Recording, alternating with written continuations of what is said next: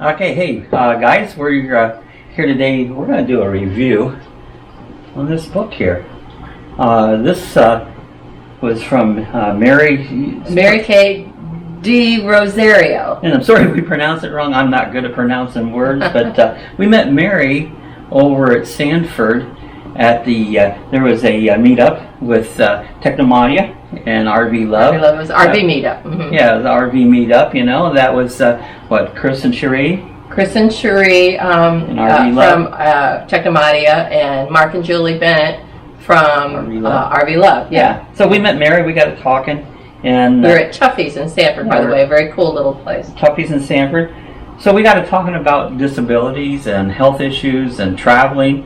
And so as we got talking about it, Susan had some health issues. She has a really bad knee, and she also has a bad ankle. And she, I guess, had it common because Mary has some health issues too, and she lives in an Airstream. So she had sold her house, and she wrote this book, The Airstream That Ran Away with a Spoon. And we're going to kind of review the book. She kindly enough sent us a copy of the book.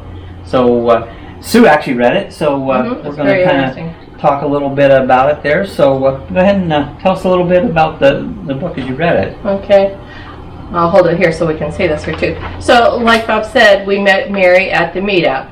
Mary, and I would say Mary Katie D. Rosario, I believe is how it's pronounced. I'm sorry if we screwed that up. But here it explains on the back, Mary is a biotechnology professional, and she's had more than 20 years of experience in clinical research and product development. And it says her desk is a 16-foot Airstream travel trailer located somewhere in America. So she travels all over. She travels. That's very cool. That's very cool. So anyway, this is the book that she wrote, and the interesting, the name, the Airstream That Ran Away with the Spoon. So let's talk about spoons. That's what I eat with. Well, some people eat with spoons, but I never heard the term spoonies before. She'd asked us about that, and we'd never heard that. Spoonie, there's a spooning theory, the spoon theory. It's if you have so much energy in a day, you have only so many spoons. Once you use up all your spoons through the day, you're done. Your energy level is like done. Gasoline. And that's one. That's another analogy. Bob says so. Spoonies is that you've got so many spoons. Bob's is that he has so much gas in his tank. His energy. And then you're done. His energy level. Talk about your energy. Well, usually in the morning I get up, and that's when I'm at my best, early. And I don't go to the doctor. I've never been to the doctor like 2-3 times, but I don't do it, and I don't know if I have a issue. What do they call it? Some health chronic issue. Chronic pain, chronic, what's the other one they call? Fatigue, fibromyalgia, you know, any of these issues that deal with your body hurts. And, well, for me, I get up in the morning, I'm good. I mean, it's 4 a.m. gets up. Yeah, I'm usually around 4 a.m. You know, it takes the typical, you know, your aches and pains from just laying in bed there, but after at least less than a half hour, have a cup of coffee, and I feel pretty good. Like right now, we're at what, 9 o'clock in the morning? I'm still pretty good shape, you know, since 4 to 9.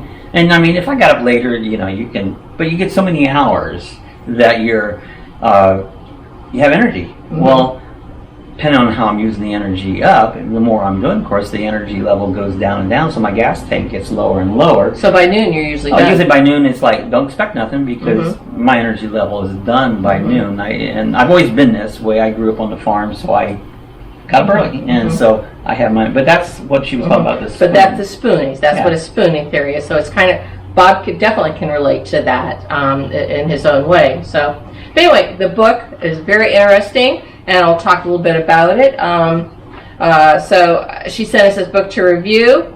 Mary said she has chronic fatigue. It's one of, plus other medical issues that she doesn't go into to discuss for her health reasons. I'm sorry, I'm not very good at talking on camera or whatever, but anyway, one of the things she has is chronic fatigue. So she has so many spoons in a day. And Mary works, her main home base was in North Carolina in the Research Triangle. And that's where she had her home. But due to her health, she needed to winter in South Florida to figure out a way to manage her home life in in North Carolina with also living in South Florida. As anyone can guess, that's not cheap to do, so she needed to try and figure out a way to do both. Was she around Miami area? Or? Miami, yeah, South Florida. She stayed in Miami. There, yeah, it is. So while she traveled down there one time for a job, she noticed lots of RVs. Ah. And she wondered how people were managed to stay in those RVs. And all of a sudden it was a light bulb moment. I think she called it I don't know if she called it that, but that's what I call it, a light bulb moment. She figured out that people could live and work full-time in their RVs. And that's what she decided to do. Oh, that's going on nowadays. Nomads are running all over the country now, it's living huge, in RVs, and yeah. they have YouTube channels. That's right. That's right. Matter of fact, she watched YouTube channels. That's how she figured out some of that. So within 3 days of figuring out that a person could live full time in their RV and work full time for her RV, within 3 days she made the decision to buy an RV. So. It just transpired she ended up going out and she looked at different things and ended up with a 16, I don't know if this is a good representative, a 16-foot Airstream, 16-foot, I think is it a Sport, I believe? So anyway, it's 16 feet. And so that was part of a rig. So in order to pull that, though, you also had to have a tow vehicle. That's always, you start out with a RV unit and it's like, next thing, that's just part of it. You got to tow that thing around, So Mary ended up purchasing not only the Airstream, 16-foot Airstream, which she called half loaf, by the way, because it looked like a half a loaf of bread, the half loaf. They do. She ended up buying a Ford Expedition SUV to tow it. So, good sized truck. Yeah, it's a truck, car, whatever. But that's what she ended up getting. So then she ended up needing to downsize her house and decided to sell her house so she could move full time into the RV. Sold her house within 3 days when she made the decision, fixed it up and sold. So 3 days were very important to her in her life, and I made that own analogy. She made the decision in 3 days. 3 days, and she sold the house in 3 days. So that's pretty interesting. Things came in three. So that's why a lot of things in life goes in 3. That's right. So that was kind of interesting. So she sold most of her furnishings, possessions, and kept a few things and had a storage locker. After a good amount of time and when she was on it, or fast forward, she ended up downsizing her locker even further, her storage locker. So how long has she been RVing now, do you know? I'm not exactly sure. It's maybe 2 years. Okay. I'm not exactly sure of that. All right. But this book kind of chronicles her first year. She did say that she'd spent 20 from the time she left Florida. I think it was in February. By the time she'd gotten down there, got the half loaf, got down there, and started out. It was in sometime in February. I think it was June. She said something like in June. By the time she transversed the country, came clear back to North Carolina. I think it was 22 weeks. So where's she traveling at? Do you know? I mean, has she been just all over the country? All over the country. At this first trip she chronicled, kind of, it seemed like she was going west. Okay. Kind of like Traveling Roberts doing there. Right. Another art. So anyway, so she just nomads all over the country. She's originally from, even though she lives in North Carolina, she was originally born in Rio Grande, tell me more California. About how she's dealing with illness on the road. Right. That's probably, I think, the main consensus. Those are the things that she had to learn how to deal with, how to drive for one, but how to back up, how to make turns. Learning how to operate the unit, but how does she deal with, illness on the road? How does that change versus in a home base? I mean, you have to do dishes and do things, your normal daily stuff. How does that relate with her travel? Well, I think she takes it in little bits and pieces. Okay. I remember in one part, I think she also travels with a little rabbit called Happy. So she told us about her rabbit. So that's one thing. Rabbits. Not a lot of people have rabbits on the road. I know of. I think one other RVer. That is Fate Unbound. They have rabbits. Okay. They have rabbits. They have rabbits. I think people travel with pets. But anyway, so she travels, drives, and she stops frequently. Okay. So that's one thing. She stops frequently on the road. I think she said at one point just about once an hour. Once an hour. And also it gives happy her rabbit a break too. Okay. Because they have a very delicate system. So she stops and has to feed herself and the rabbit. Well, she feeds the rabbit once an hour, I think she said, just a little bit. But she takes frequent breaks, and that's the key to it, taking breaks. And that's what I do too. Yeah. If we're out someplace walking around, I mean, it's difficult for me to walk anymore. But what I find is if I stop for even 2 or 3 minutes, find a bench somewhere that I can sit down and take just a brief respite, it helps. So I think that's I operate probably on a different. I like zoom, I'm done. I don't stop until I'm done. You zoom. You know, that's me. the way I operate. but you know, by herself, whatever speed she's in, she'll maintain that speed. You know, so that's right. So another thing that she's found on the road is that RVers, when you go into different parks and stuff, other RVers are more than willing to help. Very willing. Sometimes you don't want the help, but sometimes you do. So sometimes all you need to do is ask. Sometimes. But the first time, I believe she was having trouble with her hitch, getting the hitch undone. Hitch hooked up. And so that was, I think, the first thing. And then she needed help, or dumping. The first time she dumped. She ended up having to dump uphill, so she had to figure out how to dump uphill. A kind of slinky. It's amazing. One of our videos that we've done with our road track is one of the biggest ones in them is dumping the tanks, and I made that like you know, just make it. That's one of the highest numbers that has watched it. Is just dumping your like. I didn't think that would be that much interest, but it is. You know. And someone asked her one time after she'd been on the road for a while, what was the one tip that she could give to a solo woman RVer. And at first she thought she didn't have the key, but then she thought about it, and she said silicone spray. Oh yeah. And when she was having trouble unhitching one time, her boyfriend John gave her some silicone, and which helped lubricate it, whatever. Just get it so she carried a can of silicone spray with her, and so what she did, she gave it to that woman later that day. She said, "Here's my tip." So that's her number one tip. Actually, when she didn't, falls of 2017. That's when she sold her house. So that's She moved into a 16-foot trailer, and but she has a debilitating fatigue and seasonal affective disorder. And you had a bit of that. Seasonal affective disorder. What this is, especially if you live in northern climates, in the winter months we have less sunshine. We lived in Ohio. And then sunshine produces. There's a chemical in your brain that your mood. It's a mood altering. Well, if you're there for a long time, no sunshine, you start getting depressed. In fact, I used to have this little light box that I would set in front of for like 20 minutes a day, and that would put so much lums of light, and you would feel better. You'd actually, your mood would be up, you know. We don't have that much trouble in Florida because, like today, we have beautiful, sunshiny days, but it's a real disorder. I think of people who live up in Alaska, they are dark for months on end, and I would just go crazy up there, you know. It just wouldn't be Alaska has never been my dream to go there, but they just things like that. It's too much cold, too much darkness on it. But yeah, she had said it right here on the back of her book that's what she also had suffered from, the seasonal affective disorder, you know. It's a big deal.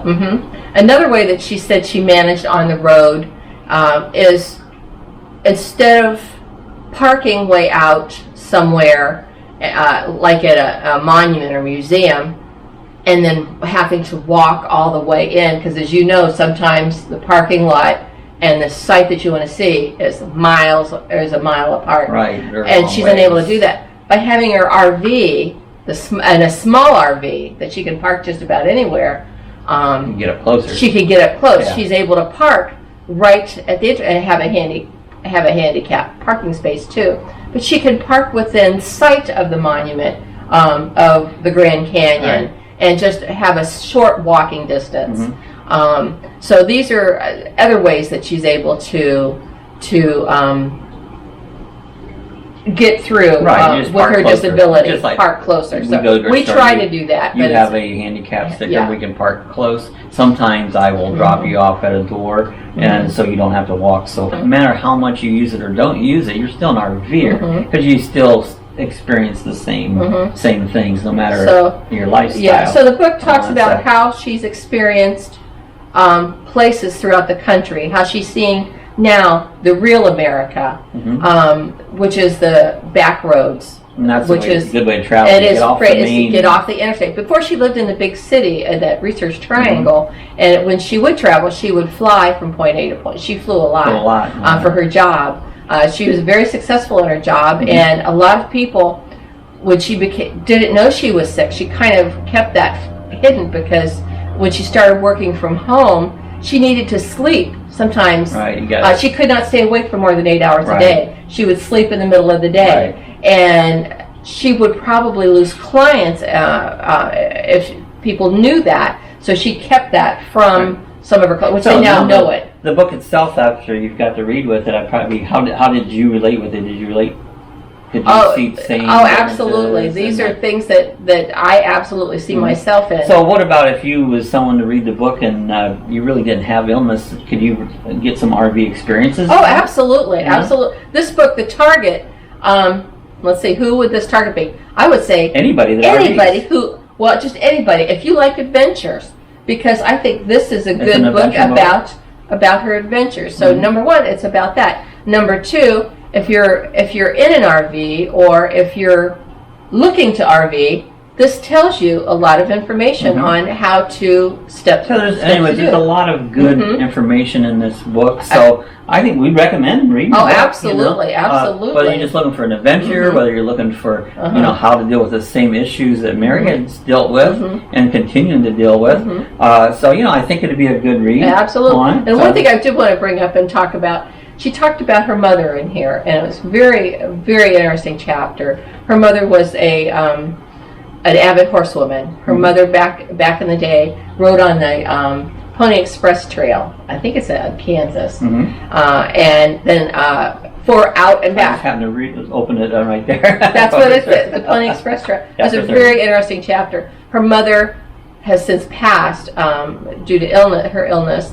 But she was very reflective when she was out on that Pony Express Trail. She felt her mother's presence a lot. That's pretty cool. And when she was on the Santa Fe Trail, the ruts going through the road and stuff, and people who had lost their lives on there, she could feel the presence of all those. So very interesting. Another thing that I wanted to touch on is places to stay. She has learned many, as a lot of people have. Number one, Walmart. Before people became RVers, you never knew that people RVs stayed at Walmart. That was the thing. That's a pretty typical subject. Well, we now, yes, but people didn't know that before. Thousand Trails, she stays in some of those. Harvest Host. Boondocking, which is explain about what boondocking is. Boondocking is just when you just camp with no hookups, and you're all on your own. So and also driveway surfing. Yeah. So that's we've had some of our subscribers. We've had Larry and Bev. They came down. They live from up in Wisconsin, and what they call driveway surfing, or whether they stay in our driveway. Mooch docking, whatever you call it. But you'll find friends will do that. That's right. So, okay. Anyways, to wrap it up, I think you're going to really find this to be a very interesting read. And we're going to have a link on this on our page right down at the bottom here to the Amazon link. So if you're interested and want to purchase this book, hit the link there at the Amazon. I'll take you right to it. She was number one on Amazon. Yeah. The book was number one on Amazon. So it was pretty cool. And we had the fortunate to meet Mary and talk to her a little bit. Had a nice meeting. I hope when she comes back south for Florida this fall that she'll be able to stop by here, mooch dock in our driveway surf, and then we'll do maybe we'll interview her about her book then too, do a follow-up. Well, guys, I appreciate you watching it. She asked us if we do a little review on her book, so it's taken us a while. Sue had to read it, and we get really busy. So she's very insightful. Very insightful. I'm glad we had the fortune to review the book. Hey, if you guys enjoyed our little review of Mary's book, give us a thumbs up. If you have any comments, questions, leave it in the section below on it. Again, if you're not a subscriber, Lucky Dog Productions, we do all kinds of, we do reviews, we do parks and cities reviews, we have a road track, we do some things on that, just all kinds of videos. I do some cooking videos and that, so hit the subscribe button if you want to be notified when we have a new video Ring up. that bell. Ring the bell. And hey guys, I hope you enjoyed. We'll see you the next time.